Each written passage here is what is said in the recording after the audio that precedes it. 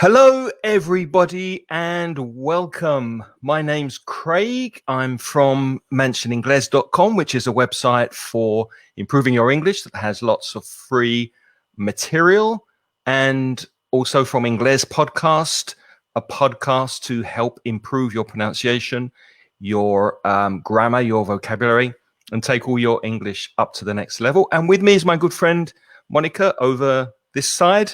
Would you like to introduce yourself, Mónica? Hello, my name is Mónica Stocker, and I'm the author of El Blog para Aprender Inglés and El Blog del Inglés. This is the new blog, and there you can find many posts about many things, vocabulary, idioms, all in Spanish with very lengthy explanations. You can find videos, you can find podcasts, a lot of material. And also last week, we talked about idioms.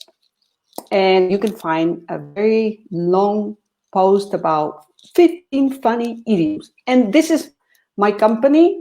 We have two companies. This is for, this platform is for, you can request a Skype lesson, English Skype lessons. We have native teachers that speak Spanish and they can help you with your English. And also InStock is the other one that it also belongs to us. Okay, we can start. And the topic for today? Today's topic is money. We're going to speak about money today and help you with some vocabulary and expressions connected to money. Before we start with that, a quick hello to people who have just joined us live. Hello to Rocío. Thank you for joining us. Angelica is with us. Stella from Buenos Aires, Argentina. What time is it in Argentina? It's 7:15 here in Spain. Curious to know what time it is for you, Stella. Claudia's here. 6 hours earlier. 6 hours earlier. Yeah. Okay. Yeah. Well, good afternoon then, Stella. Gemma is here as usual. Hello to you. Thank you very much for joining us again, Gemma. And Sari as well. And Claudia. I think that's everybody so far. So welcome. What's first today? Mónica, what are we going to look at first connected to money? So money vocabulary, the difference between wage and salary. That is quite easy, actually, because it's similar. In Spanish, it's quite similar. So salary is basically something fixed, like in Spanish, salario, no? What the payment is a fixed payment, no? Agree with the employer and the employee. But the wage is something that depends on the amount of hours you do. And in Spanish, this is called jornal. This is it comes from the word jornalero. Well, jornalero also, because it gets paid only per day. So you do a job for 1 day per hours. How many hours did you do? I pay you. That's wage. Okay. Do you have any other comment to make about that? Okay. Yeah, just that salary is usually paid monthly and it's a bank transfer these days usually, and wage is more informal and it can be paid weekly or daily, typically for casual work. For example, people who work in bars or work in construction, they have a more casual job, they would get a wage, weekly wage. And if you work in an office, then you're more likely to get a salary. Yeah, but also I think in the area of farming, it's quite common to have a wage. Yes, because fruit pickers.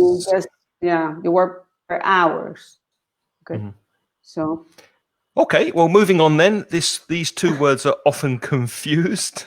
Lend and borrow, those two verbs. Think of the prepositions, because you lend money to someone and you borrow from. So the bank lends you money and you borrow money from the bank. And I often get these confused in Spanish because I know one is prestar and is it dejar prestado?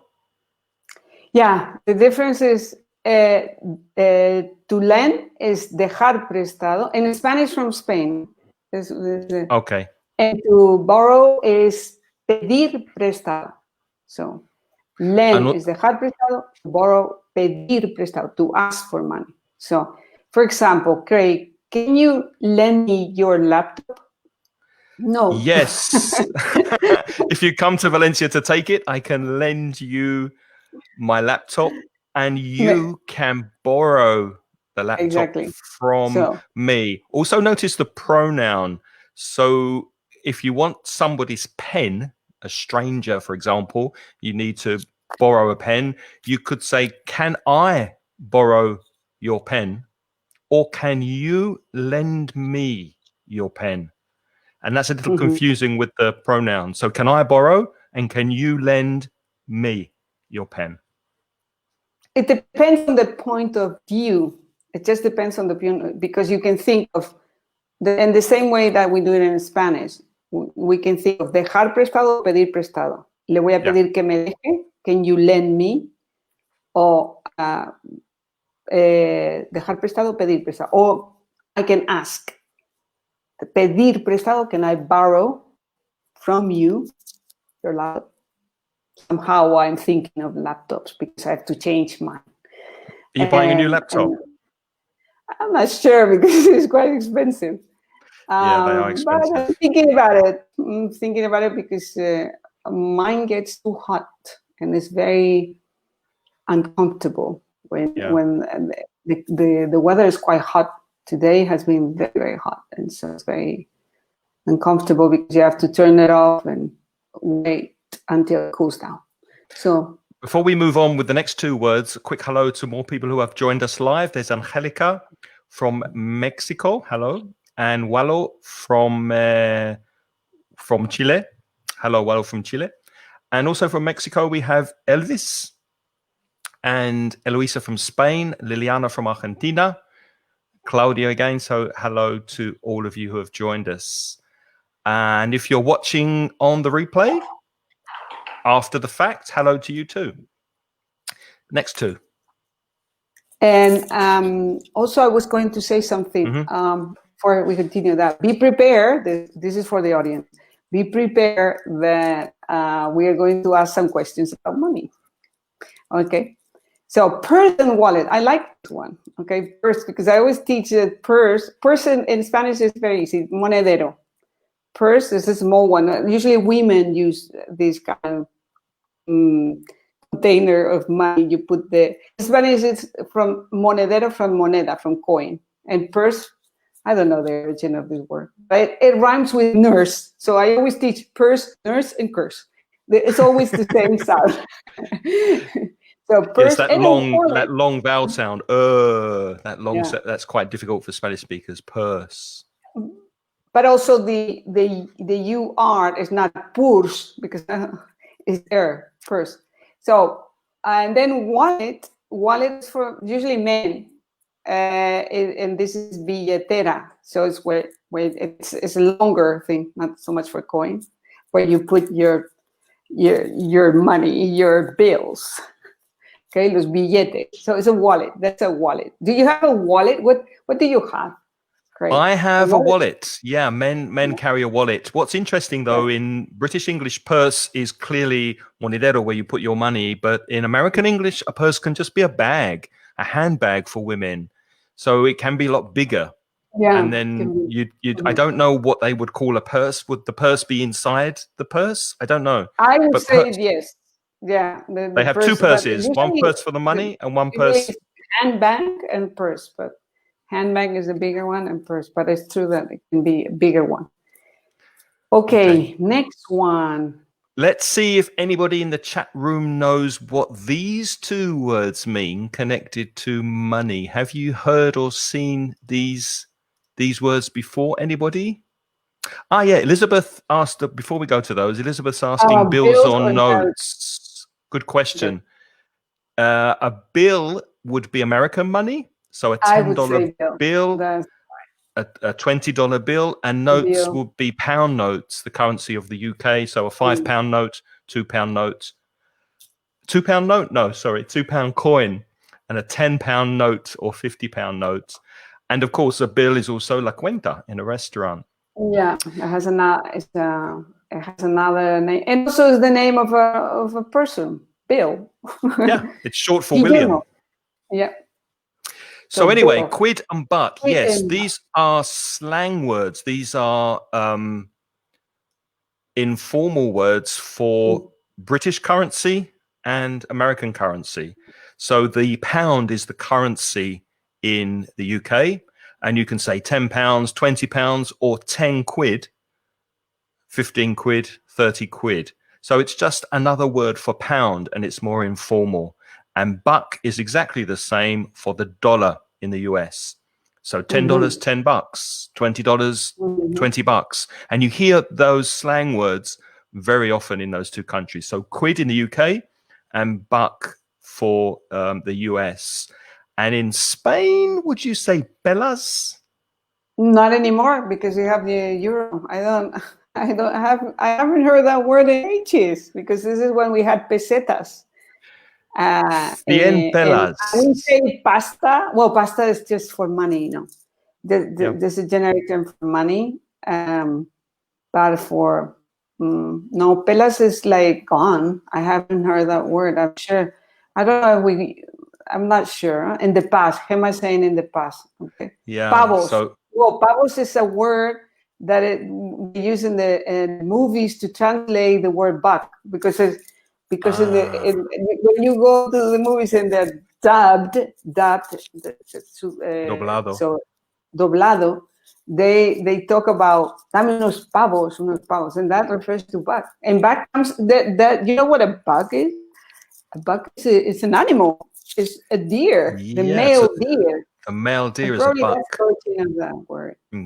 No, because the skin of the deer was like money, but we don't know. We're not sure about that.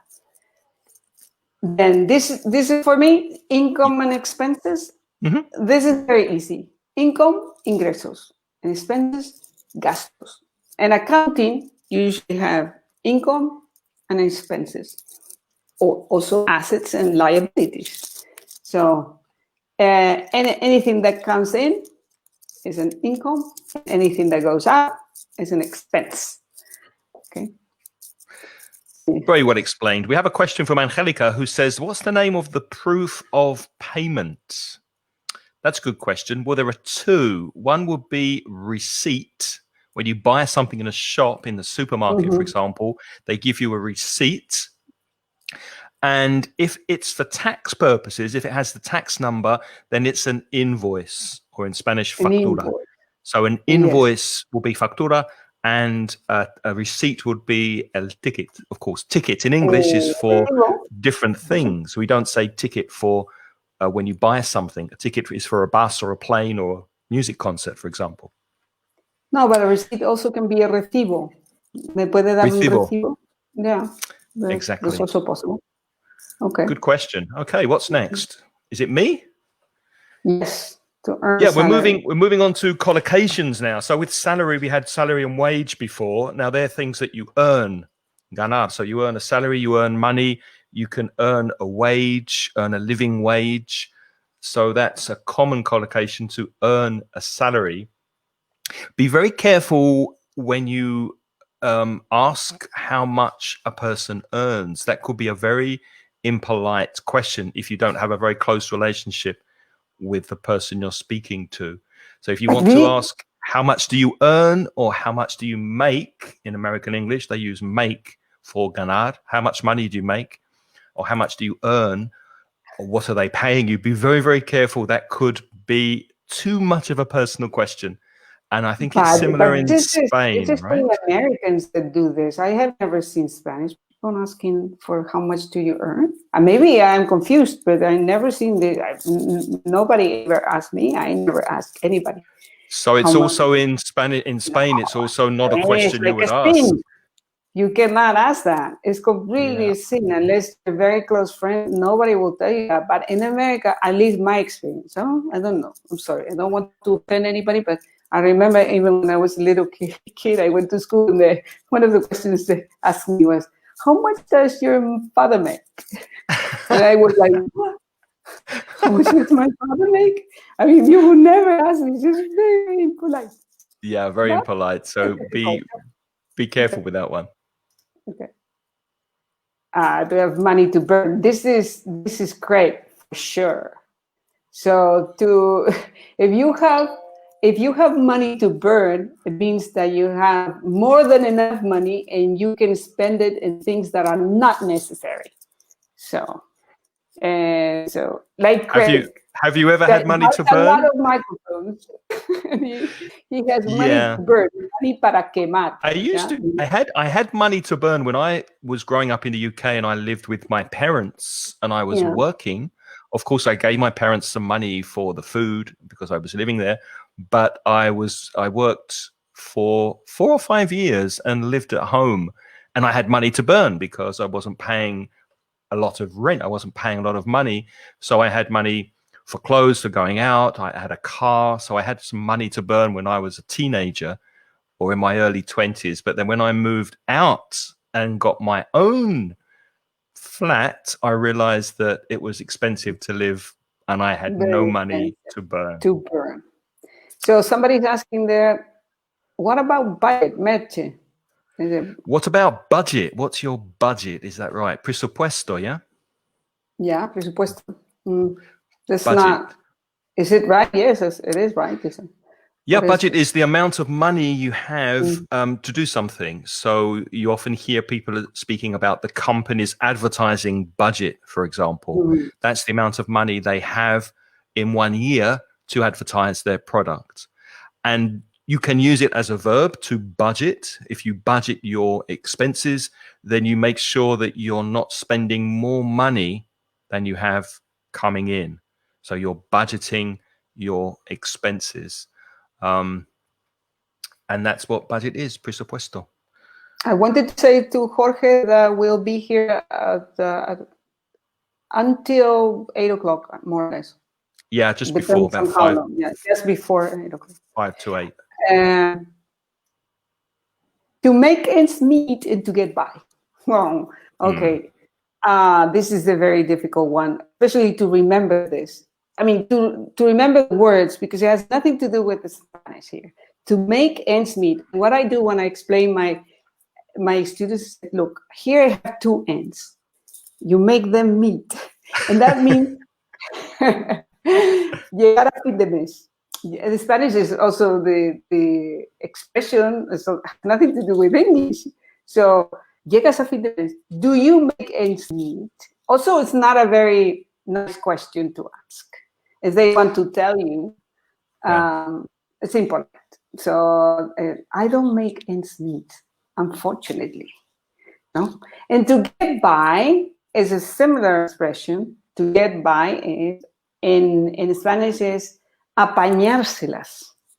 How do you get by? I get by on bread and water lately because I don't have it. I don't make ends meet. So well, at the end of the month, I'm laughing. But well, sometimes it could be not so funny. No. At the end of the month, if you don't have any money, you get by on bread and water. That is the cheapest of the cheapest. O sea, apañárselas con algo, ¿no? Yeah, very sadly now, because of the pandemic, many people have lost their jobs. They're out of work. They're unemployed. So it's really difficult for them to make ends meet, and they're finding it very, very hard to get by on little or no money, unfortunately. Yes, and Gemma says arreglarse. Yes, it's the same as apañárselas. To get by is arreglárselas, no te las arreglas. Yeah. Okay. To live from hand to mouth is to really, really be like you get paid your money and you spend it. So there's no extra money. I was in that position many years ago when I was working. When I started teaching, I had 2 jobs: cleaning houses and teaching English in the afternoon. And I lived from hand to mouth. I was living abroad, and I had some money coming in. But then I had to pay rent, and I had to buy food, and I had travel expenses. So I was literally living from hand to mouth. The money I earned every month paid for my expenses, and there was nothing left. I think the Americans say another expression, from paycheck to paycheck, which is quite you can visualize that, because you get one paycheck and then another paycheck, and in Spanish, I don't know. I don't know, because I've never heard the expression in Spanish. Ganar lo justo maybe? Sí, ganar lo justo, but this from paycheck to paycheck, it's very, very clear, the idea, no? From hand to mouth too, but ganar lo justo, well. And if you spend more money, well, I'll let you explain this one, Monica. To be overdrawn, what does that mean? To be overdrawn, and this is an overdraft. So, and to be overdrawn, to draw money es sacar dinero. So to overdraw es sacar de más. If you ever overdraw money from your bank account, because this refers to your bank account, that means that you are in números rojos. So you are just asking credit, and which is quite expensive if you do that. So it's like 20 or 30%, I think they charge. If you take too much money, either because you withdraw money with your credit card, or you go to shop and you buy something that you don't really have money for, you are going to be overdrawn. Okay? Vas a estar en números rojos. Yes. Okay, so this, and then the bank is going to start calling you. Going to say, hey, to scrimp and save. This is sometimes words like to go together like this, and they're always in this order. So we don't say save and scrimp, we say scrimp and save. And to scrimp means to be very, very careful with your money. It's not exactly tacaño, racono. It's more to watch every penny, to make sure that every penny you spend is spent correctly. So if you scrimp and save, then you're saving every possible penny that you earn. And there's another word which is interesting, frugal, F-R-U-G-A-L. If you're frugal with your money, it's not a negative thing. You're just very, very careful what you spend your money on. You don't waste money. That's the same in Spanish. That's very easy because it's exactly the same in Spanish. Frugal. Perfect. I didn't know. Frugal. Oh. It's perfect. So, okay. So it's easy to remember. That word everybody remembers very fast. But scrimp and save is more difficult because there's Walix Parrado says vivir al día, from hand to mouth. From hand to mouth. Yeah. Yeah, that's good. Thank you, Walix. Thank you. And Leslie also says vivir al día. That's okay. Yes. I think it's vivir al día. Vivimos al día. Vivimos, yeah, sorry, I'm going to sit better here. Because, I love this expression. I even say it in Spanish. Like, you got to save for a rainy day. And this is very, very wise. It's a very wise expression. It means that you have to think that maybe in the future there will come bad moments, so you shouldn't spend all your money. And it's very... I like it because you can imagine the situation to save for a rainy day. So, ahorrar para un día con lluvia. So when things are not going well, no, you don't have too much money. And if you do that, probably you're not going to have too many problems. But not everybody can do that. Sometimes it's because of your character that you like to spend everything. And sometimes it's because you don't have enough money to save. But it's a very good idea. I would say save for a rainy day because something might happen and you end up with no money at all. Okay? And there's a useful phrasal verb that you can also use, to put money away, to put away money, put away. So you can put money away for a rainy day. To put money away means to save it. To save it. Mm-hmm.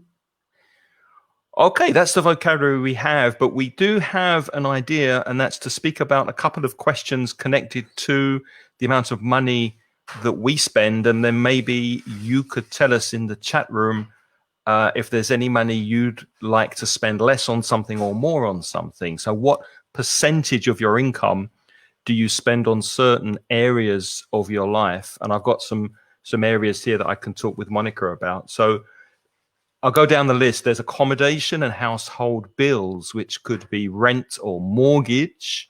What's mortgage in Spanish? Hipoteca. Hipoteca. Hipoteca. And of course your bills. So that's gas, electric, etc. Telephone bills. Clothes, food, transport, holidays. I know that's not something we're thinking about so much, but sport and fitness. Do you belong to a gym? Do you spend money on keeping fit? Medical care, hobbies, entertainment, IT, which is information technology, maybe cosmetics, which includes hygiene and personal care. So the hairdresser, shampoo, soap, deodorant, perfume, aftershave, that kind of thing. And then savings. Do you have a pension plan? Are you saving money for anything special? And maybe there are some areas that I haven't mentioned. So accommodation, for example, we're fairly lucky. We don't have a mortgage, so our accommodation costs are quite low. So we're paying the bills, telephone, gas, electric, etc. So I think we probably spend maybe 15%, 10 or 15% on accommodation. What about you, Monica? This is not, no, for us it's a little bit higher, but I wanted to answer Elizabeth Gomez question, invoices or bills, because this is it's a very common doubt. I think you already talked about it before, Craig. Invoices are usually for companies and bills are personal. So that's the main difference. No? Any other comment about that? I would say bill. I would say you pay your water bill, you pay your gas bill, you pay your electric bill. The bill used to come through the post, used to get bills in the post, in the mail. Now we pay them online, usually by direct debit from the bank. So it would be a bank transfer, and I would call it a bill. So living expenses, bills, gas bills, telephone bill, etc. is a bill. It's more the personal. So Definitely. We're talking about accommodation, and I'm not as lucky as you are, Craig. I have to pay a lot for accommodation, still paying, because of living in a bigger house, which I shouldn't be living probably. And that's not something we can easily control, is it? We can't say, oh, I'm going to spend 10% less on accommodation. Usually we're stuck with the expense we have to live in our house. Yeah. What about clothes? Do you spend much on clothes? Clothes, I used to spend much more in the past because I was vanidosa. So I was always thinking of brands and all that. Still think a little bit, but not as much. And also after lockdown, I think I wasn't thinking at all about clothes. Also, I was just going around with my training suit. Like I never did that before, but who's going to see me? Clothes is very much related to who you see also. And also, by the way, also you need to have a top, no? Only. No, the other part is not necessary. So you save. Actually, I saved on clothes. My big expenditure actually is food. And not because I eat so much, it's because I live with other two people that like to eat a lot and eat well. So as I find that, well, apart from accommodation and household bills, I spend a lot on food. And you spend not so much on food because we don't go to restaurants. We don't really eat. I'm usually on a diet, so we're not spending money on cakes and chocolates and expensive things. So we don't spend much money on food. I spend too much money on hobbies. My hobby is really technology. So I buy things for the podcast like microphones and gadgets and devices that I can use for podcasting. So really I should be spending less on that. And holidays, sometimes we spend a lot of money on holidays. So I would prefer to bring that percentage down because I don't have a pension really in Spain. My pension is going to be very, very small when I retire. So I'm not putting money away for a rainy day, and I should be. Yeah, this is important. It depends on how long you live. Most people live quite long. That's the problem. This is the statistics. I also thought about that. Why should you save for that if you can do that? But one day, maybe you die very late or you die very young. Leslie says, I spend 16% of my income on accommodation. Well, 16% is very good. That's very good, Leslie. Yeah, that's not very high. Yeah. So when I was renting accommodation, I was spending, well, when I was living hand to mouth that I mentioned earlier, I was probably spending 65% on rent and bills. Yeah, Maybe 65 or even 70%. Most of the money was on bills and rent. Yes, because Yeah. so when you're young and you have a low salary, most of the money is spent on accommodation, right?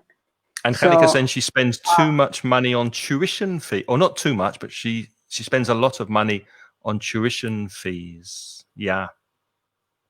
Tuition is when you go to the schools, or for children also. Children, if there's, in Spain at least, if there's a private school, usually it's going to be expensive, and also universities that are private.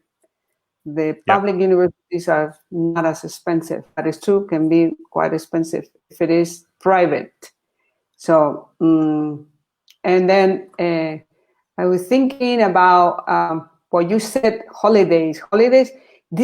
I was thinking the other day, if I had to go to the car service, because every car needs maintenance, and I had to change the 4 wheels. Me too. I changed my tires last month. Yeah, mine was just like a few days ago. Yeah. And I was thinking, for this amount of money, because they started saying to me, no, because these are special wheels. And I said, well, I don't know. I have no idea. And so my husband started searching. He said, they're right. And the wheels are 6 years old, so we must change them because it's dangerous. And then I said, if I had to pay this money for a holiday, I would be happy. But paying them for wheels, it's like, do you have that? Like paying for the dentist or paying for certain things that are painful. But if you pay that for going on a holiday, it doesn't hurt. Don't you see that there's a difference? For me, it hurts bad when it's something that I don't appreciate. Like, I also had to pay a big tax bill this month because I don't get taxed at source. Source is fuente. I don't get taxed at source at my teaching job. So I always forget. I mean, I had the money to pay it, but I forget that when the tax year comes to an end and we have to declare our taxes for the previous year, I always forget that I need to pay a lot of money because I haven't been paying tax from my job. So no, but it also happens when you're self-employed. Every quarter you have to pay a lot of money because of Social Security and all that. So Leslie said she'd like to spend more money on English books or courses. Good idea, Leslie. That's a good thing to do. Yeah, and there are also so many free things. So it's not a problem. But that's another thing that is not on my list. Another area of expenditure is courses and self-education and tuition. So do you spend money on courses and things like that? Yes, I have spent a lot. I stopped, but I have spent it because I take it as an investment, and usually it pays back. Sometimes when it's a good course, you get a lot from, but you have to look for the good courses, of course, and do research and try to see if it's the right fit for you. No? And many of the things I know about internet, about working online, I did it because of courses, because of things. Because when I grew up, there was nothing.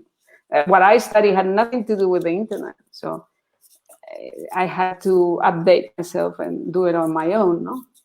Yeah, me too. And I buy a lot of books as well. I spend quite a bit of money. I used to spend more money on books and education like that. That's a good way to spend money, I think. But I see that as a real investment, the same as English. Unless you take these courses there are many courses that they offer, like learn English in 3 months. You will really, if somebody proves to me that you can learn English in 3 months, please let me know.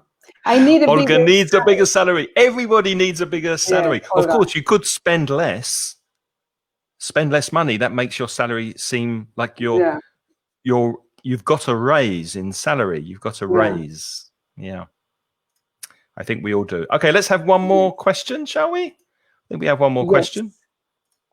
Are you saving up for anything special, Monica? Or people watching, are you saving up for anything special at the moment? I know some people, unfortunately, are out of work and don't have any extra money or any money to save. But or were you saving for money? I was saving because this house is rented, so I'm planning to buy a house, but still, I don't know if it is feasible. And then suddenly the fridge broke down. The fridge broke down. Yeah, the fridge broke down, and I said, I'm not going to take money out of my savings, so I'm going to use my salary to pay the fridge. I pay the fridge, and I don't want a very cheap fridge because it's going to last a couple of months, and then it's going to be a disaster.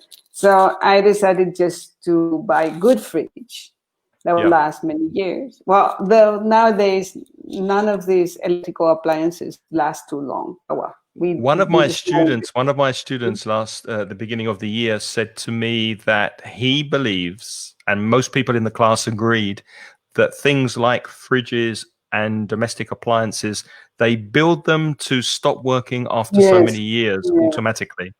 I did not know that. But no, yeah, for sure. For you, they stop after 5 or 6 years, sometimes 10, and that's it, no more. Yep. But well, Hema likes to spend money on books. Yeah, me too. I spend a lot of money on self-help books. I like reading self-help books about psychology and habits. I didn't think that you were this type of person, because sometimes people say that self-help is like something that's no use. And I used to buy a lot of the books. I have a library of these books, but not just self-help, not about so much psychology, but about for business self-help for business. So how to start a business, what to do with it, everything under the sun. I think I bought. I had a period of my life that I was all the time reading these kind of books. Okay, so another question. Que es spend, gastar dinero, to spend money, to spend money. We're spending money on different things. And I was saving up for a holiday in August, but obviously because of the pandemic, I don't want to fly. I don't want to travel until there's a vaccine. So I hopefully will keep that money saved. But I have been spending money on things like the car tires that you said before. I needed to get new tires for the car. There was the MOT, which is ETV in Spanish, the MOT for the car. And we had to buy new things for the house that broke as well. You were saying about your fridge. There's always something. There's always something that we need to spend money on. Money. There's never enough money. And the problem with money is too that if you earn 1,000, you spend 1,000. If you're in 2,000, you spend 2,000. If you're 3,000, you go on and on. And also another thing, Monica, it's very easy to get a higher salary and have a higher standard of living. That's really easy to get used to get accustomed to. It's very difficult to do the opposite, to come down. Yeah. That's even harder. So, no, I can't afford to go to a restaurant. I don't have the money. Yeah. I have had both situations in my life where I didn't have any money or where I had some money, not a lot, some money. And I can tell you, you get used to good things very easily. Yeah, me I'm too. Saving for an oven to make cakes. An oven. An investment. An oven. Yeah. That's a good thing to spend money on, Alex. That's a very good thing to spend money on cakes. Because you can produce something. Yeah, that's a very good idea. You can produce, if you spend things in things that later they help you to produce something, then it's called an investment. It's not just an expenditure, it's an investment, because you can use it to work, and that's like a laptop. In my case, I can use it to work. So not everybody. Can I ask you why you would buy a laptop and not a desktop computer that tend to be cheaper? Do you need to carry it from room to room? Because I have both things. Okay. I have a desktop, and the problem is that I noticed that my back hurts because I spend many hours sitting, And with the laptop, I just go around and just lie somewhere and put cushions all over. I do weird things with a laptop. I can go anywhere. That's why I use both. So certain hours of the day, I'm with the desktop, and the rest of the day, I'm with a laptop going around the house. So not that's the advantage of a laptop. Laptop, that's funny because many people don't know the origin of the word laptop. Lap is regazo. So sobre el regazo, that's the origin. In Spanish, it's called portátil. But nobody knows that it's lap. I didn't know that word before. I've learned something. Regato? Regazo. Yeah, regazo is lap. Regazo. Yeah, regazo. Okay. Z. Interesting. So, see, this lap dancing. Lap dancing. Yeah. Okay, So, I think we'll leave it there. Just to remind you of the words we looked at today: salary and wage. Remember those? Lend and borrow. Purse and wallet. Quid and buck, the slang for American and English money. Income and expenses. Then the collocations: to earn a salary, to have money to burn, to make ends meet and to get by. To live from hand to mouth. To be overdrawn at the bank. An overdraft is the noun. To scrimp and to save for a rainy day. I'm sure, Monica, you'll be writing a blog post about those words soon for your website. So I do it every week. That's where it is. No, this is our company. No, it's in Blog del Inglés. You'll find it in Blog del Inglés. Sorry. Okay. So thank you very much, all the viewers. Thank you for coming. Thank you for your questions. Thank you for being active, because it's very important for us also that you participate, right? Because otherwise it's boring. Yep. So we'll be back next week, but possibly a later time on your Facebook page, Monica. Is that correct? Yeah. Yes. My Facebook Facebook page. I'll put an announcement, and I'll let you know. Okay, a little bit later, probably. Okay.